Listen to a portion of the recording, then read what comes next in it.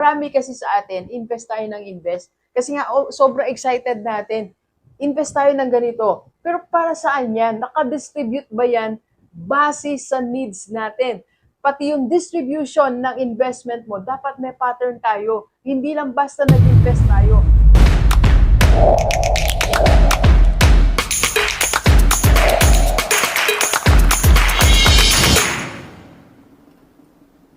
Okay, Gilivers, ituloy natin yung ating vlog kasi natapos na yung ating training sa Bacolor, Pampanga. By the way, kung taga Pampanga ka, meron na tayong weekly dyan na free webinar on financial literacy. Paano nga ba tayo makapag-prepare sa future natin? Paano tayo makapag-invest? And if you want to start your business. PM lang sa personal level nito. Yan po. Sikreto ng mga 50 years old. Ano nga ba sikreto natin? So, eto po sa ating lahat, dapat at age 50, meron ka ng secret pattern na sinusunod. Itong pattern na to, hindi mo kinakailangan ina-announce, hindi kinakailangan sinasabi sa social media natin, hindi kinakailangan pinagsasabi. Ito ay sikreto, maaari mong isulat o nasa isipan mo o maaaring nandyan sa kwarto mo nakasulat, may secret pattern. So, in 3 categories. First, saving pattern.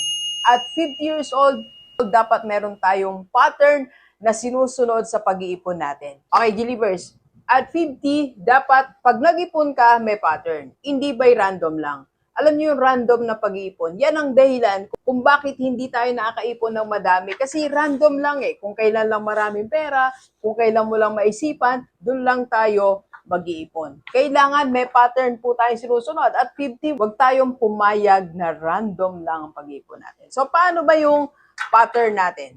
First, all income natin, lahat, may pattern tayong susundin. Lahat ng yan, 10% automatic, ipunin natin o invest natin. 10%, lahat ng darating na pera sa'yo. Alam ko at 50, madami na tayong perang dumarating sa atin. Aminin natin, di ba may mga commission tayo, may mga incentives tayo, may mga racket tayo, may income 1, income 2, income 3. Ang dami dumadating na pera sa atin at age 50. Lahat ng yan, kuha na mo ng 10%. Bukod sa tithes natin, kung naniniwala tayo sa tithing, kung nagta-tithes ka, ako personally, nagta-tithes tayo. So, aside from that, meron tayong 10% savings. Lahat ng yan, that is a pattern. So, pag sinabi nating pattern, automatic, susundin natin yan. Like ngayon, di ba, nag-bonus tayo, May, 10%. Lagay natin sa ipon natin, lagay natin sa savings natin. Kung meron kang extra income ngayon na dumating sa'yo dahil nagtrabaho ka last month, so ngayon kumita ka ng let's say 10,000, yung 1,000 automatic nasa savings natin. No excuses. Kahit may sale, kahit may gusto kang bilhin, kahit may occasion, pattern na yan susundin na natin yan. Okay? Savings po natin. All 10%, lahat ng darating sa'yo, dapat meron kang ipon. Okay?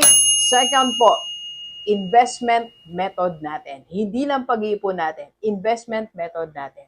So, paano ang investment method? Tingnan natin yung distribution natin ng investment. Marami kasi sa atin, invest tayo ng invest. Kasi nga, sobrang excited natin. Invest tayo ng ganito. Pero para saan yan? Nakadistribute ba yan base sa needs natin? Pati yung distribution ng investment mo, dapat may pattern tayo. Hindi lang basta nag-invest tayo. Alam niyo, yan ang mga mistakes natin Mistakes ko din yan before Invest na ako na invest. Hindi siya properly distributed. So, paano nga ba natin gagawin yon? Ano yung distribution method natin? First, kailangan kino-consider natin yung para sa health natin. Kailangan po yan Alam niyo ngayon, isa sa pinaka mahalagang bagay sa buhay ko, siguro top 3 yan, is my health. At age 50, prioritize mo yung health natin. Dapat meron ka talaga para sa health mo. Mas malaki nga yan kaysa sa future natin. Ako, for me, may healthcare na po ako. Meron akong Kaiser. By the way, dapat may Kaiser na tayo. If you want to avail Kaiser, PM ka lang. Pag-usapan natin yan. Kailangan may Kaiser tayo. Health po yan. Hindi lang Kaiser. Hindi lang healthcare. May health fund pa tayo. Meron kang isang lalagyanan, this is for my health fund. And meron tayo sa future natin. Hindi lang ngayon, hindi lang needs natin ngayon, hindi lang needs natin ng 3 years, pati yung needs natin in 5 years, in 10 years, dapat nakadistribute ang pera natin. Kaya alam nyo, napakalaga na at 50, meron tayong solo moment or meron tayong time talaga para i-design yung future natin. Kaya madalas meron tayong mga, me time, alam mo yon, di ba may sinasabi silang me time?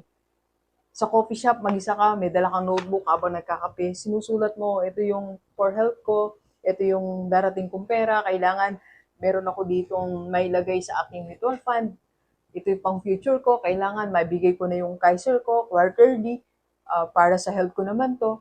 Kailangan maitabi ko rin tong 5,000 na to para in 5 years, kakailanganin ko ng ganitong bagay, kailangan ko ng sasakyan, pag ako ay medyo dumating na ng 55, dumating na ako ng 60 years old, kailangan may sasakyan na ako. So, yun yung mga iniisip natin. Kaya kailangan lagyan natin ng pattern. Napakalaga ng may pattern tayo. Okay? Third, in buying properties. Ano ba yung pattern natin? At 50, alam nyo ba, dapat nag-start na tayo mamili ng properties kung hindi ka pa nakapamili. Pero kung nakabili ka na in your 30s, 40s, sabay, congratulations po.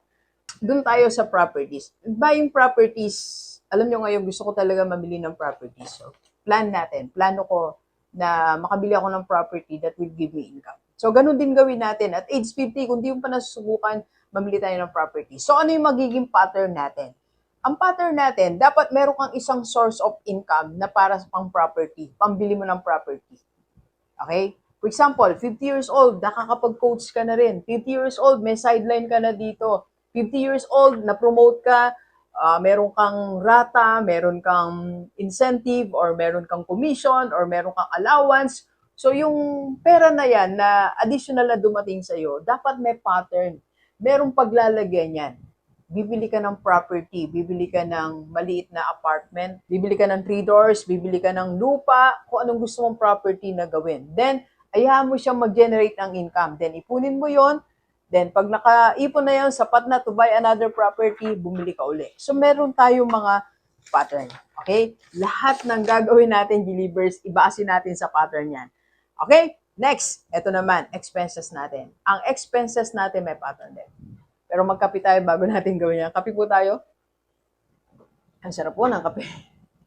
By the way, sa lahat po ng mga followers natin, you want to join our community, IMG Rockstar, PM ka lang sa aking personal FB and tutulungan ka namin paano lagyan ng pattern ng buhay natin para makapag-prepare tayo sa future. Okay? So, expenses naman natin.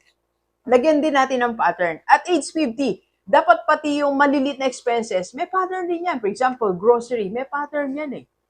Alam nyo ngayon, na-pattern ko na siya pag-grocery. Every Tuesday. Yan, go-grocery tayo. Alam ko na yung mga needs natin. Alam ko na. So, hindi na ako nalilito. Hindi na ako bumibili ng di namin kailangan. Alam ko na itong section na to, ito yan. So, ako, sikreto ito. Nagpupunta ako sa isang supermarket lang. Kasi alam ko na yung lalagyanan nun eh. It saves time, it saves energy rin, it saves money para di na tayo makabili ng mga hindi natin kailangan. Alam mo na dapat may pattern tayo, mga kapatid. Ang tagal na natin nag-grocery, wala ka pa rin pattern, di ba? Tulala ka pa din sa harap. Di pa rin alam ko ano bibili mo, dapat may pattern tayo. Okay, alam mo yung date, alam mo yung needs mo, alam mo listahan mo.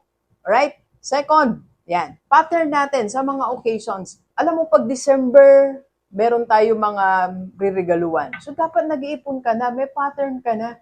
Parang family ko, 46 kami, may mga nadagdag. Siguro, abot na kami ng 50. 50 yan, niregaluan ni Rockstar every, ang tawag dito, every Christmas. So, may pattern na ako ng pagbili. May pattern na rin ako ng iniipon na pera.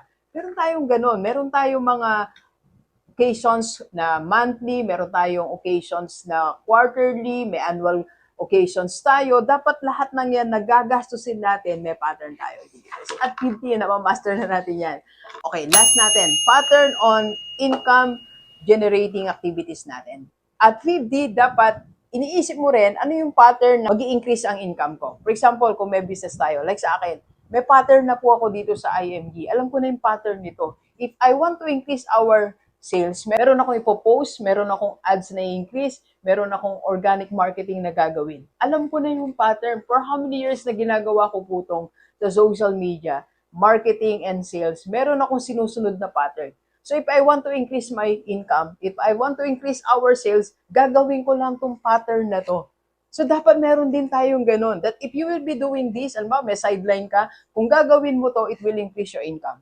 Alam mo, may business ka ngayon, may pattern ka rin. may pattern ka kung kailan mo i-increase ang income mo. So we can control, we have control. Okay? So deliver sa atin pong lahat. Gayahin natin ang payo ni Tony Robbins. So, sabi niya, one of the most important skill sa buhay ng tao is to recognize pattern. And second, you have to apply or act on that pattern. Kailangan yung pattern na na-create natin, nare-recognize natin siya. Second, i-apply natin. Okay? For more help, business, and life coaching, PM mo lang ako sa aking personal FB or ayan ang aming email or akin ang WhatsApp ko, yan po aking number at yan po listahan ng mga seminars and coaching natin. PM ka lang sa personal FB ni Doc. Let's go. Kape po tayo.